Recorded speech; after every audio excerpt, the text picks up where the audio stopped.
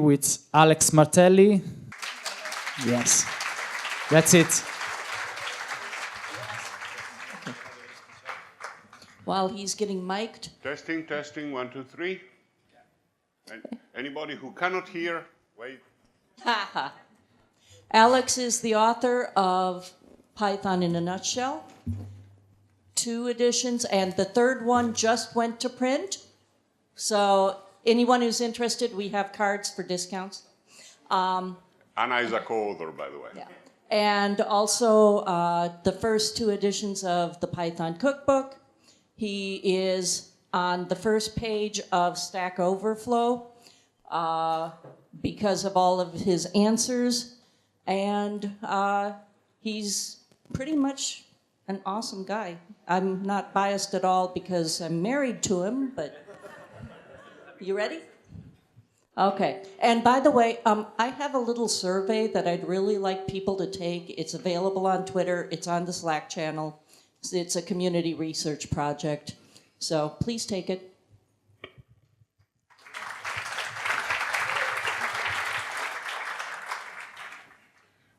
Good morning, everybody, to the Testing in Layers keynote.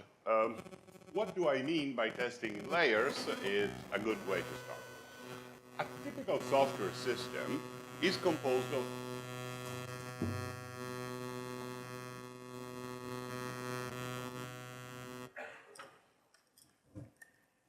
Proviamo l'altro microfono. Adesso va bene.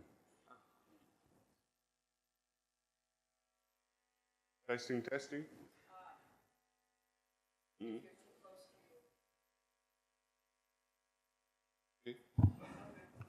Or maybe it's some interference with my phone. Can you hold that? Thank you. Okay, starting again.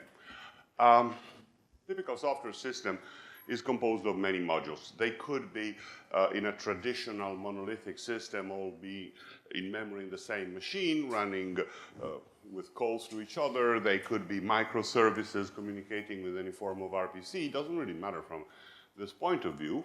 The point of view is that the modules that make up our software system are composed in a directed acyclic graph. We cannot afford graph of dependencies because that causes all sort of complications and disasters. You cannot have A depend on B and B depend on A, even indirectly. So, since there is a cyclic directed graph of dependencies, the software naturally organizes itself in layers. There's what in other contexts are called, this remote isn't, I don't know how to project. Okay, there. Which have no dependencies on other modules on the system, the low levels. There are some which will have dependencies and be dependent upon, and there are top level modules which depend on others but are not dependency of any others. That's it. Any system sufficiently complex to be modular, and I hope all the code you develop is modular, organizes itself this way naturally. A couple of clarifications. The lower levels may well depend on outside systems outside of your control. Those are normally called adapters. Here, for example, I'm assuming we have some sort of database and some sort of domain name system access, which are outside components we're using, and what we have in our system, under our control, software we have written and maintained, are adapters for those externals. At the other end of the layer, some people may wonder, why do I have multiple top-level components that are not needed by other part of the system? They're not dependencies of other parts of the system. Well, the point is that modern software can often need to expose several ways of access. Maybe one of those components offers some sort of API, maybe a REST API, maybe a gRPC API, so that other systems completely outside of my control can interact with mine. Others might be web services or drive mobile applications, again, outside of my control, or be traditional graphical user interfaces. So don't think of a pyramid with a single top. A modern software system typically has several tops. And of course, that's just a generalization. You'll see in all the following, if you just happen to have just one top level, that's fine too, and all the principles apply. In previous editions of this talk, I have been sometimes asked in the Q&A section, why do I have to test? I'm sorry, but if that's your problem, this is not the right talk for you. This is about how to test, and I'm kind of taking for granted that you know why to test. If you need more instruction on that, I have many other talks. They're all out on YouTube or other video channels, and besides me, many others have spoken about testing. I'm not covering that today. What I am covering is a relatively novel proposal about how to test. And this is helped by a little history.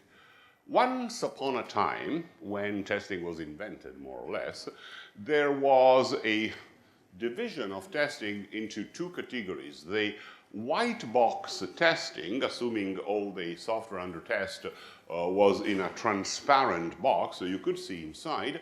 You wrote the test to depend on how the software was implemented.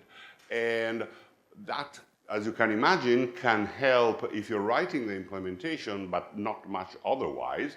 Vice versa, the other kind of testing was known as black box testing. You were forbidden to look inside the system under test, and you wrote all of your tests based on the external interfaces of the system. That was kind of like the prehistory of testing, and we've left that well behind, although if you've taken university courses about it, they may still start that way. That's like saying you take a course in the Italian language and they start by talking about the precursor of Latin. The point is that while we evolved, that model has stayed in the background and is still driving far too much of our thinking about testing. Nowadays, you wouldn't use the terms, the obsolete terms, white box and black box, but with the modern terms, you're talking about unit tests and integration tests, and they kind of match far too much with that dichotomy. The unit tests are kind of white boxy. They're stuff written by developers for developers in full understanding of what's inside the boxes being tested. The integration tests are typically end-to-end, so if you think back to my thing, they always go all the way from HL something all the way to low-level something else. So this inevitably means that they're going to take a lot of time. And since often those top levels may have some user interface role, the natural temptation to be avoided at all costs is to keep a human in the loop. That is, trying to understand automatically whether the looks of a UI is correct is really a very hard problem. So why don't we just have a guy there driving the thing and eyeballing that it looks right? The reason we shouldn't, the reason it makes the test almost useless if we do, is that tests must be automated because they must be running all the time, at any hour of day or night.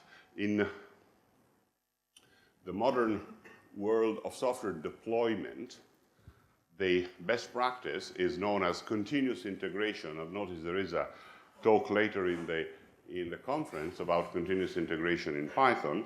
The key bit is that some changes arrive, automated tests are started, some control system coordinates the test, only if and when all those tests pass do the new changes become part of the mainstream of the system, that is, are actually integrated and released to the world. Of course, if the tests require some human being to do stuff, you cannot adopt this DevOps model, because it could be 2 a.m.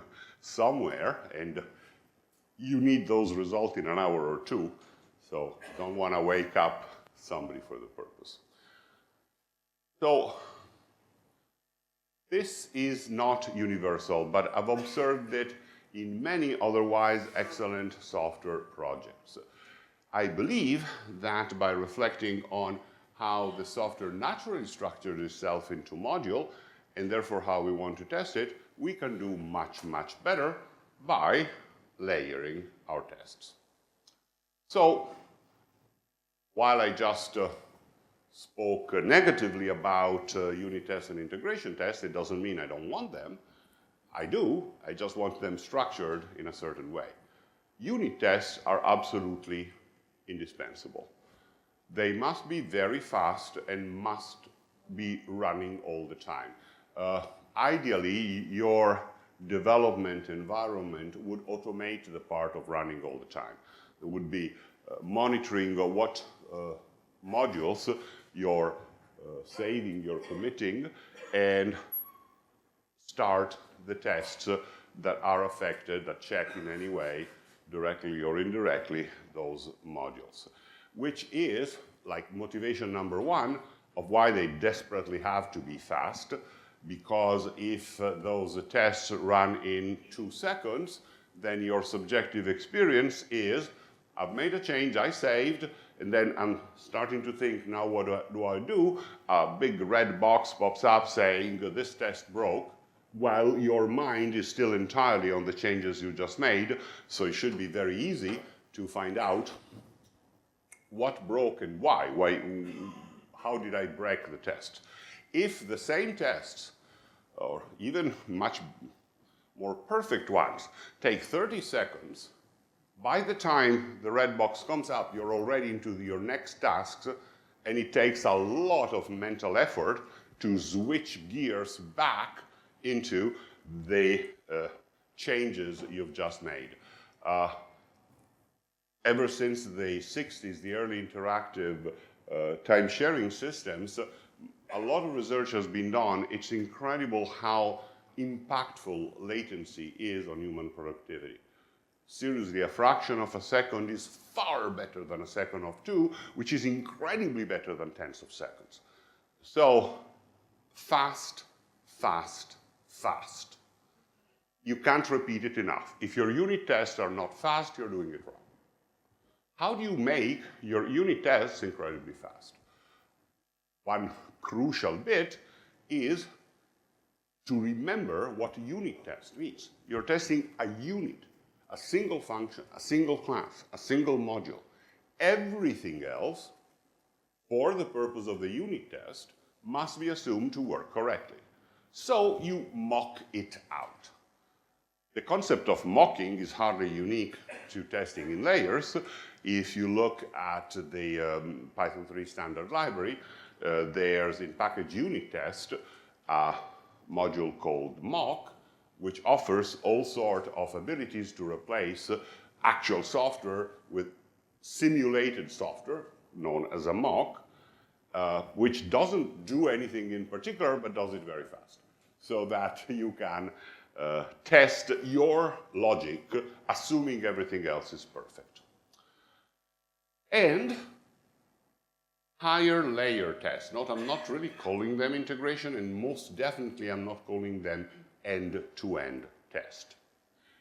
The set of tests, sets of tests, how they're each made up, how they hang together,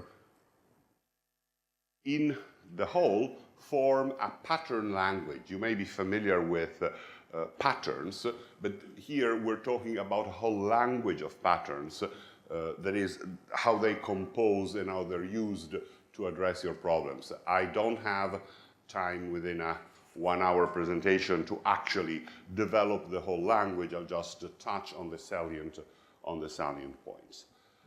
But the general idea behind this pattern language is simpler than most, because what we essentially want to do is to match our testing layers to the code layers.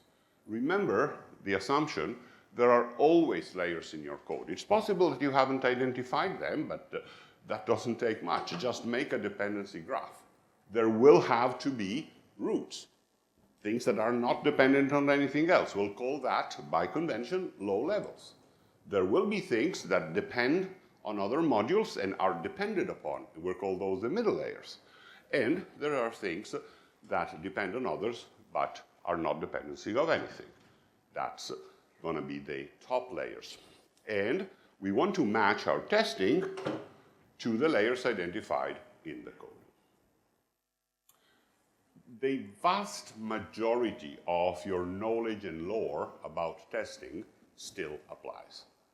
Again, it's more than a whole talk is worth to present all of those considerations. I've done so many other times in the past. I'm just pointing it out here to say nothing that I'm saying today overrides all the lore of testing, the best practice of testing, and so on. So, for example, I just singled out 2 big things. There are many others. All tests must be reproducible. A test that is not reproducible is useless for automated testing.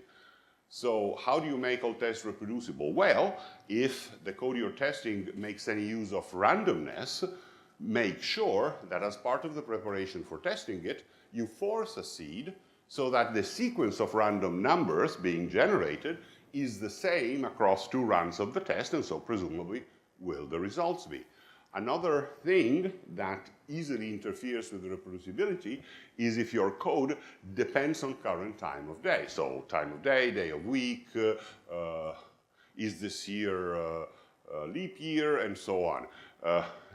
This would, unless you take precautions, this would cause different results, different paths in the code, depending on when the test is run, and this is absolutely unacceptable. So make sure to always mock or fake any measurement of time, such as the daytime module or the time module that your code depends on, and so on and so forth.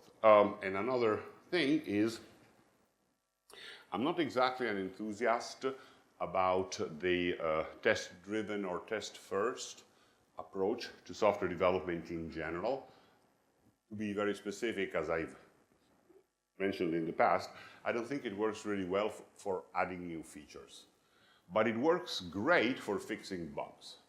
Whenever you are fixing a bug, remember to first always add the test needed to reproduce the bug. The test which would have caught the bug for you if you had it in your suite from the beginning.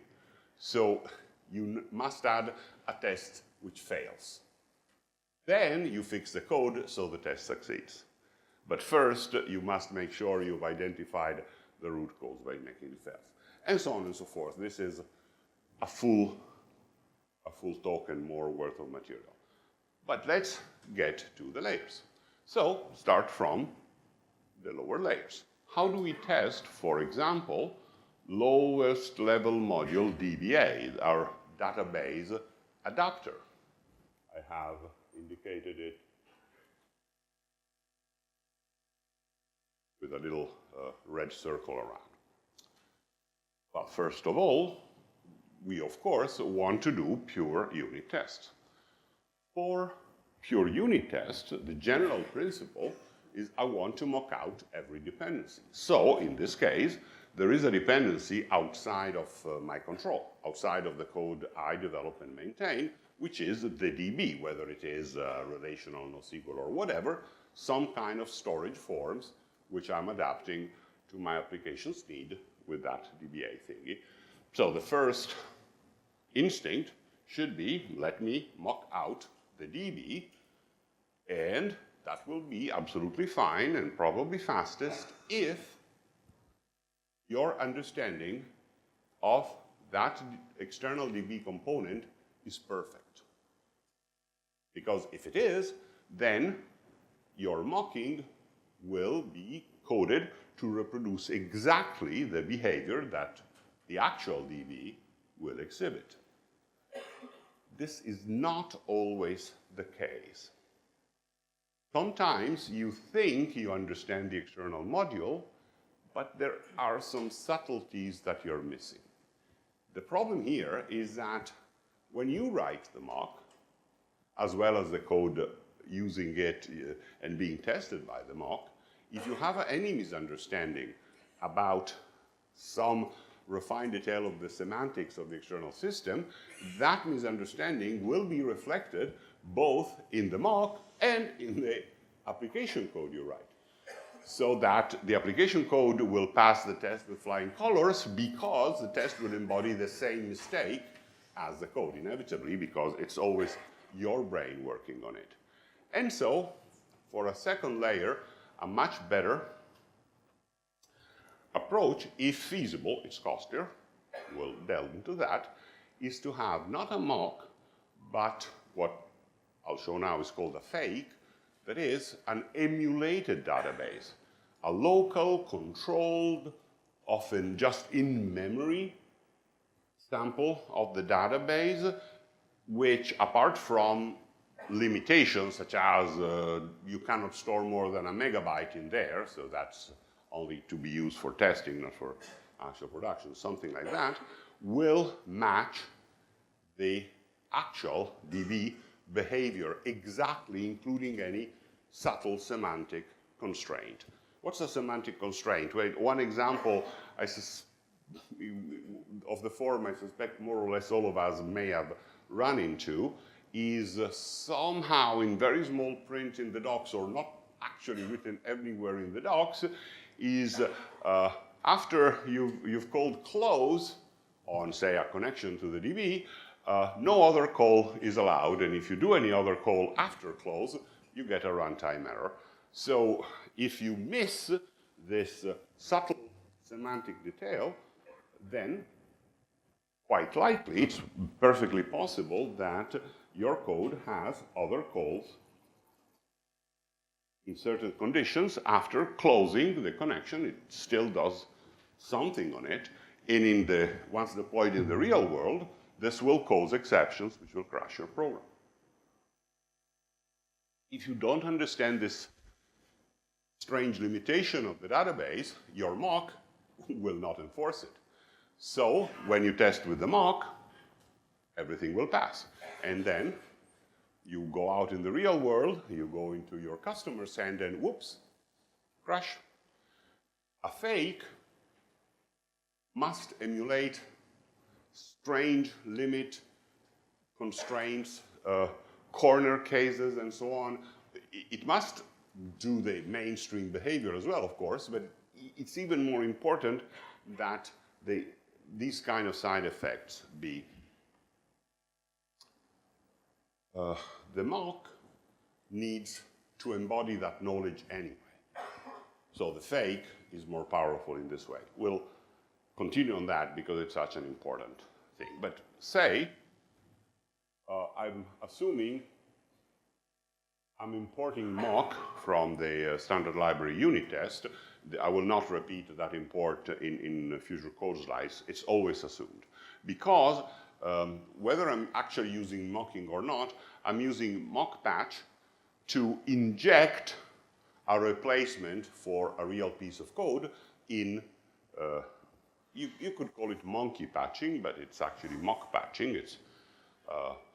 I'm used to using it in a with statement, so as a context manager, so that automatically when the with statement exits, the mock is replaced back with the original, and I don't have to worry about doing it at hand, which would be very error prone.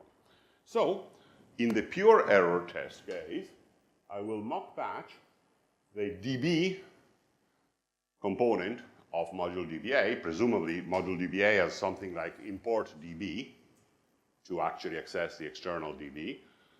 I always use, as a habit, autospec equal true. Autospec equal true tells mock to introspect a little bit the signatures of all that it's mocking and give me an error if if there's I don't know, if it's calling a method which wants 3 arguments and my code is calling it with 2, that can be caught by introspection, and the autospec equal true will do it for me. This is the mock that I'm using. I'm calling it FODB, FDB. And, of course, the point of mocking is that I want to control the side effects. That is, whenever I call cursor on the on a connection of that thing, the side effect will be either returned values or raised exception. Once I've done all the preparation, which will typically be more than just one assignment, this is a symbol of all the preps I'm going to do, then I have a body of tests. We'll come to that. But essentially, a bunch of code which is designed to exercise every meaningful path of the unit under test. In this case, module DBA. This is what you already need to write for your unit test. You just need to structure it slightly different to insert it so that the mocking, the mock patch, and the side effect preparation are cleanly separated, factored out from the body of tests. Once you have that, suppose your fairy godmother delivers to you a new module FakeDB, which instead of the pure mocking that you were used to do, emulates within certain limits, but very fast, the whole behavior of the external DB. So in this case, instead of actually making a mock, you need to instantiate the fake DB with whatever parameters this fakes wants, such as do I live in memory or on file, how big I am, and so on and so forth. And then you still use mock patch objects to insert the new object with the new equal parameter of mock patch. And instead of setting side effects, you actually populate the fake DB, typically by executing insert statements, assuming it's SQL. For example, you will execute insert statement on the cursor. Now, after this preliminaries, the same body of tests that you just used for a pure unit test should run exactly the same and should exercise, assuming the mock was perfect and the fake is perfect, both cases will exercise exactly the same internal logic and functionality of your DB adapter module, DBA. And the best thing is, well, suppose I want a full integration test. It won't be as fast, but I need to make sure this will actually work in the real world. Well then, presumably I need to start a process which runs the actual database, populate all of its tables, and so on and so forth. So, maybe maybe it runs on the same machine where I'm running the test, while in the real world I run the database on dedicated machines. So that's not really a meaningful distinction. But the point is that once I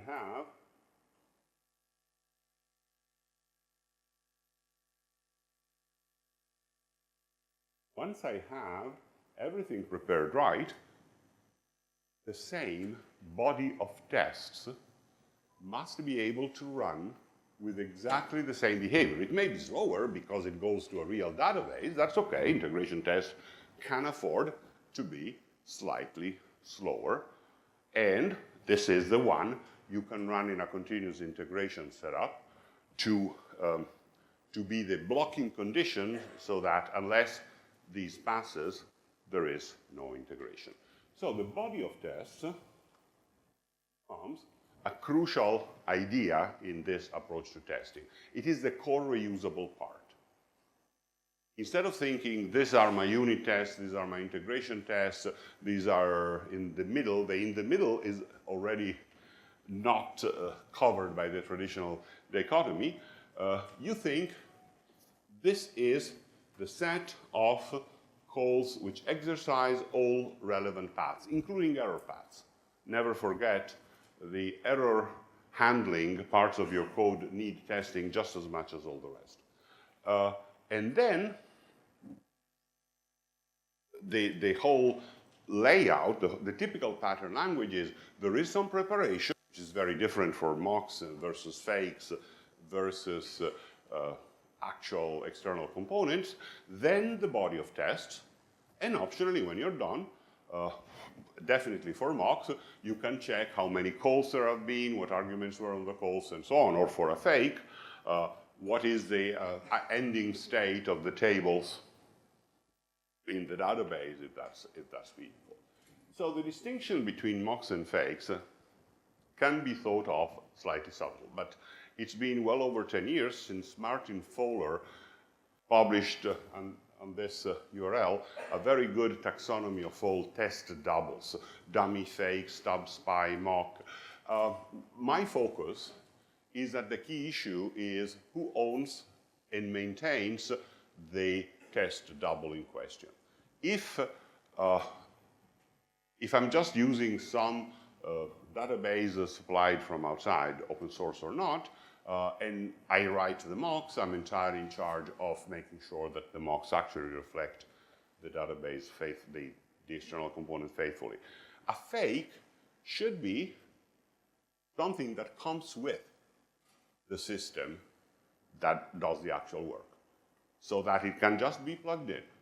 That is not happening very often, but if you want to see a commercial area where this is slowly and gradually emerging, and I'm working very hard on, look for Google Cloud emulators. Do a web search for Google Cloud emulators. The emulators are systems parallel to various services Google Cloud offers that are developed and maintained by the same teams, so that they should be, if properly coded, reproducing every quirk, every semantic constraint. And I think that's the emerging wave, although it's a lot of work to make it so. I'm trying to do my best. So again, the mock can flexibly emulate anything. After all, it just makes a mock object for you, which will have exactly all the same methods with all the same signatures, and then the test calls on it, and then essentially you can check, you can have side effects, and you can check that there were exactly 3 calls, or there were no calls to those, and so on. The fake is, repeat the keyword, fast, and typical limited simulation, you don't need gigabytes in a fake database of a specific component. So, moving on to the middle layers, how do I test some middle layer like MLA? Well, of course, I will have pure unit test, which typically would be done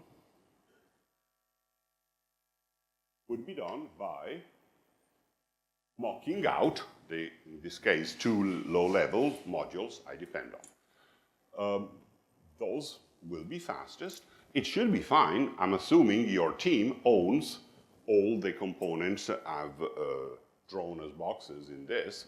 So since you develop, release, and maintain LL1 and LL2, you should presumably know perfectly well how they behave, and your mocks will reflect that. That's a theory. In practice, if the team is large enough, or if you wrote LL1 6 months ago, you may not recall some problems. So an alternative may be, well, could you use the actual LL1 and LL2 and still call it a unit test of MLA? If you can, if it's fast enough. Is it fast enough? I can't tell you because I'm not looking at your code, but module timeit of the standard Python library can tell you. Just run with -m timeit, the thing with the mock and the thing with the actual thing, and see how much it slows down. If using the actual code of the low levels is fast enough for you, that saves you work. because you don't need to do all the prepping of the mock. But you do need to make sure that the low levels can be prepped for speed. So the code in the end is actually simpler. The testing code I have, of course, this is a different body of tests. This is the body of tests for module MLA, so I've surrounded it in blue instead of green, but the point is, with either you mock with usual auto-spec the low levels and prepare, say, the effects and blah, blah, blah before running the body of tests, or you just prepare them, prime them for the test. Maybe they have some state you want to initialize or some shortcut and so on. And in this particular case, there is no other integration test because there's only two levels, the way I've drawn it. So the middle layer and the lower layer. Now we come to the hardest part, which is testing the high levels. Why is it hard? Because the possible paths of dependencies are more and more in a combinatorial explosion. So here, your knowledge and understanding of your actual code, of your actual system is absolutely crucial to make the decisions. All I can do is make you aware of what decisions you have to make. Well, first of all, you want the pure unit test. For the pure unit test, you will want to mock out all the direct dependencies. The way I've written it here, a HL beta depends on MLB and MLC, so if you mock out MLB and MLC, you will be running a pure unit test of HL beta. Again, the proviso is that you understand perfectly well how MLB and MLC are supposed to work. Hopefully, it's all stuff your team is doing, right? For some partial integration test, you could use the actual MLB and MLC, usual proviso, they must be fast enough, and then mock out the lower level, in this case, the DB adapter and DNS adapter. LL2, which is also a dependency, again, as per the middle layer testing, may be either mocked or real. And then we get, in this case, to a third level integration test, which does actually go through the middle layers, LL2, DDA, DNSA, so end-to-end, essentially, for those ends, with mock or fake, external, DB, and DNS. You have to pick and choose what subset of paths of dependencies. No, these are not paths of execution, these are paths of dependencies in the graph, right? You can't do it all without risking a combinatorial explosion, and it doesn't matter if each of your tests is fast, if the number of tests you have is exponential in your number of modules, because the total will be too slow. So for one example might be, I've decided, based on my understanding of the code, that MLB must be mocked, otherwise it's too complicated, but I can use the MLC from the actual one with the actual adapters, and I have a fake for DB, but not for DNS, so I'm going to use a mock for DNS. Note how many decisions, concrete decisions about the actual code I presumably know, because I developed it, are needed to pick this particular integration test. And, of course, the code isn't very different for one particular test. In this case, I'm mocking MLB, I'm faking DB, so for DBA.db and so on and so forth. And in the end, there's always a body of test. In this case, the body of test will be reused in other tests which make different decisions about what is mock, what is fake, what is actual. But they typically will not reside in a single binary. So the decisions to be made at each step are, am I going to use a mock, a fake, or an actual module? The mock will generally be fastest. Least accurate is a bit, least accurate if you have any misunderstanding or cut any corners about the behavior of the module. Using the actual will be the least work for writing the test, but you must make sure it's fast enough. Sometimes you can help by designing low-level modules so their state can be set up at the beginning to privilege speed over other categories. And if somebody is supplying you with a fake, that will be thorough, deep, and fast. So if you can get it from the outside, by all means, go for it. Just if you have to be coding it from scratch, it will be too much work. Part of your decision depends on how complicated the thing are. For example, when I say DNS, I could be meaning something just a lookup, an A record from a domain name to an internet protocol address, and that's trivial to mock or fake. So obviously, right? It's just make a dictionary for the correspondences you want. But maybe you need CNAME, HINFO, MX, NS, PTR, SOA, TXT, all the trimmings, a huge amount of functionality that's grown over DNS. And that I would recommend anybody forget about mocking it, you'll go crazy. Use a fake, it will be very hard to write, or even actually use an actual with a little fake, not fake, but just a local DNS zone and no. If you're familiar with the system administration of DNS, you know what I mean. Going towards the end, how do I load test in this layers concept? Because to actually find out what's the time it takes to execute this particular request, I always need to go end-to-end. And in fact, if you look even at best practice shops, load tests are always end-to-end, which is why there are few of them, and they're not run very often because they're so heavy. The point is, you can get some approximation. You can get enough approximation to make sure you're not breaking a service level agreement, SLA, which means you commit to your customers that 90% of queries will be answered in less than 3 seconds or whatever, as long, of course, as the services you use offer you an SLA. So essentially, with the intermediate test, you can measure the time in your code and the number of calls to the external systems and multiply the what is the SLA of the external system ensuring to me by the time I call it, and get a reasonable SLA for myself. The body of test, when you're load testing, is not going to be the same reusable, because the point is not exploring every path, every meaningful path.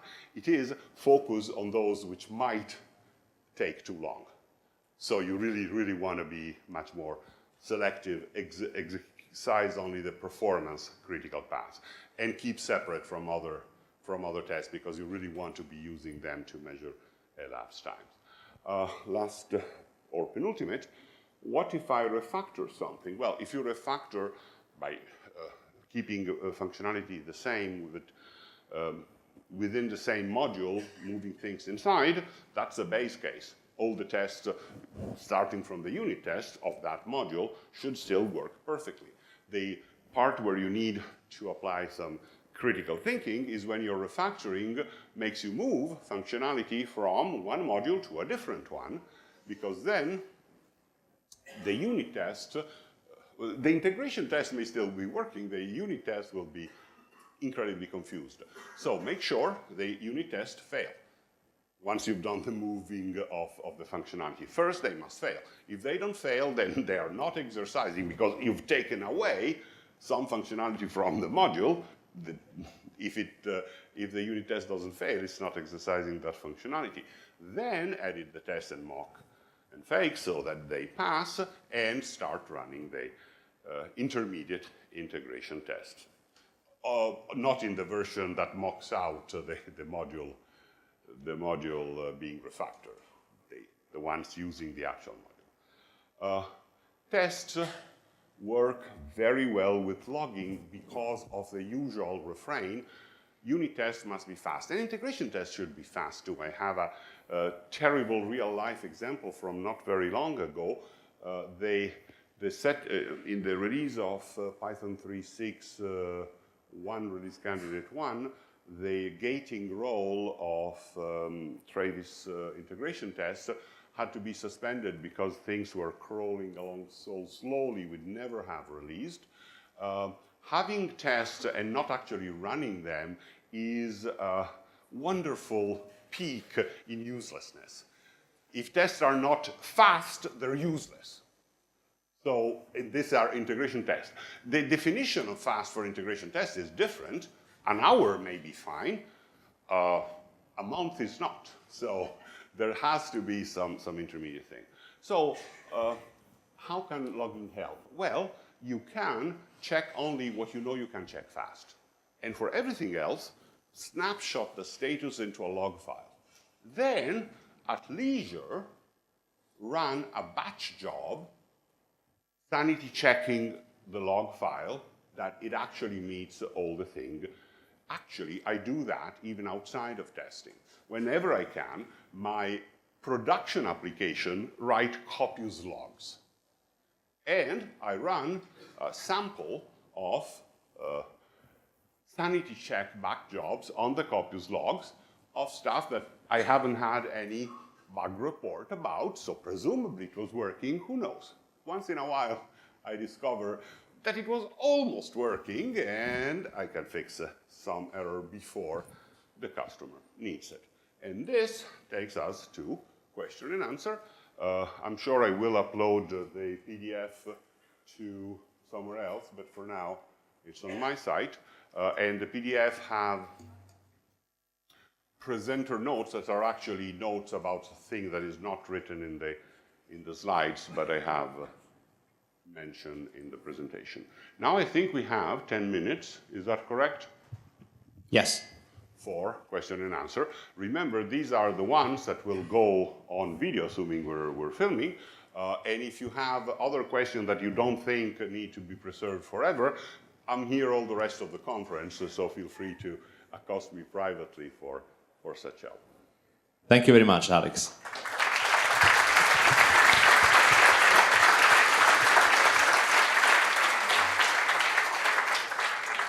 So are there any questions? So basically it means that you also need tests for your fake DB, for example, because you have to emulate the behavior, and if it's complex. Suppose an open source team writes, releases, and maintains the DB. What I'm saying, of course, they have all the tests needed, right? Otherwise, they wouldn't be releasing their DB. Those tests, they must also run those tests on the fake. That's all it takes. It's essentially free. Writing the fake is not free, but testing it, assuming, of course, that good practice are being maintained by whoever is releasing. So, for example, it is a DB. Google Cloud Data Store. Google Cloud Data Store is written and maintained and released by a team within Google Cloud Platform Technical Infrastructure. They also do an emulator, which is what I call a fake. They call an emulator. They run the same test. That's all there is. Other questions?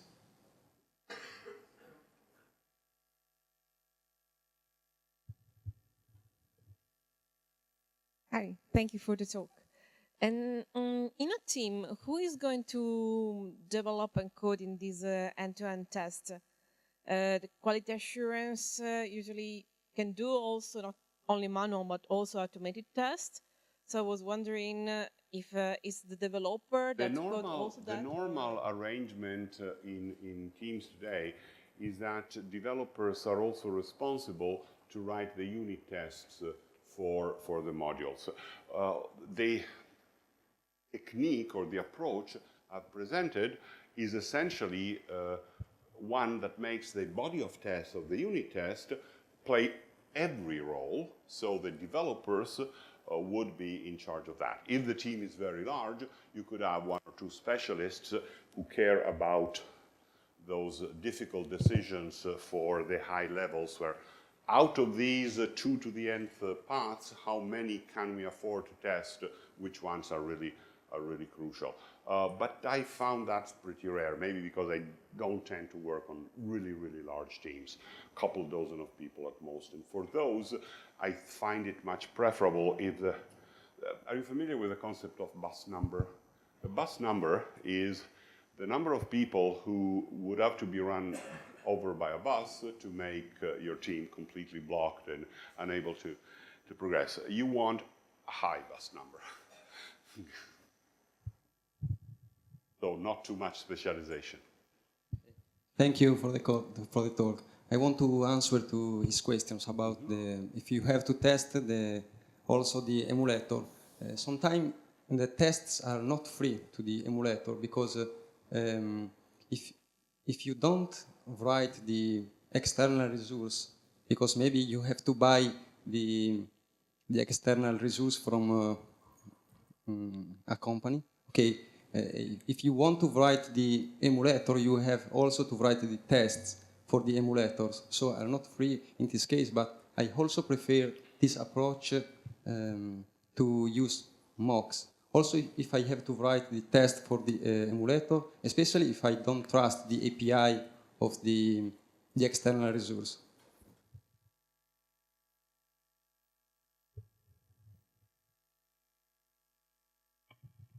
Any other questions?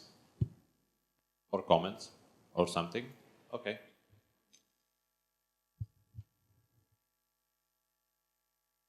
Just curious about the anecdote you mentioned about the release of the release candidate of Python. So in that case, there's actually apparently a failure, not just that all the tests were slow, but that unit tests were not automatically enforceable. Is it right? Unit tests were fine. The point is that in Python's continuous integration process, the integration tests are release blockers. Yeah. And there's a Travis setup that continuously runs the integration test at every pull request. My question is precisely: is this optimal? Shouldn't we have some? It's fine as long as A, the tests are fast enough, or B, you have unlimited resources. Python Software Foundation does not have unlimited resources. We are the grateful recipients of some charity by Travis to, like all free software project can, to run our some integration tests for free, but there's a limit on the number of machine cycles we can spend there, and we don't have funding to like spend 10 times as much. But you don't see it worth to have automatic testing of unit tests? The unit tests are fine. They run fast. It's the Travis parts that weren't that Brett Cannon, our chief meta release engineer, had to suspend to actually make 361 RC1 happen. There is a small amount of time for another little question.